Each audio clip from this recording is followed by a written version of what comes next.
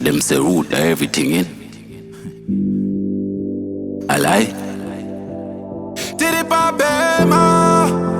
You blacker. Welcome to Black Bed. Well, Boss werazi well Mware Wang Ndimi One Ane Plan Kwete Ban Saka mudzimu ndirinde Machena itandipinde Wetseraka pawa kuti madimoni yasasvike Mabara itandifike Ndauya ndina nadenzi Prosper zvisina geti Zvisina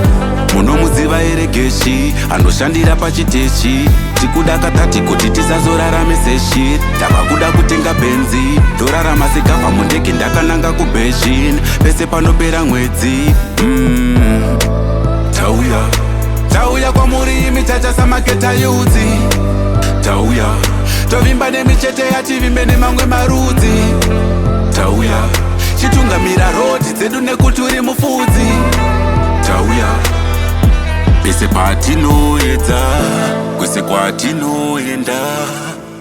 tumira ngirozi dzenyu 50 kwese kwatinoswera ita mageta yudzi tiskite pese patinotsvedza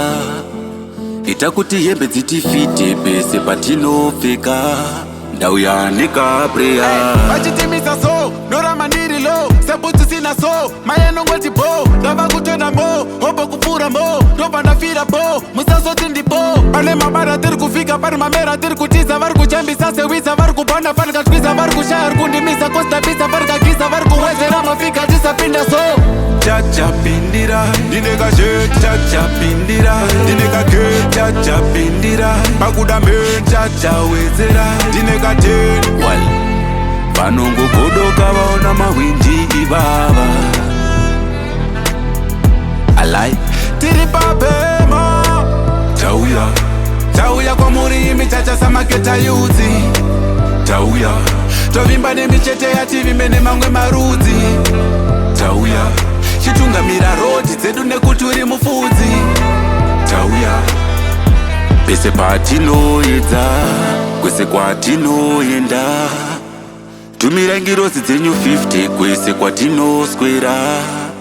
ita mageta yudzi tiskite pese patinotsvedza ita kuti hembe dzitifite pese patinopfeka ndauya nekabreya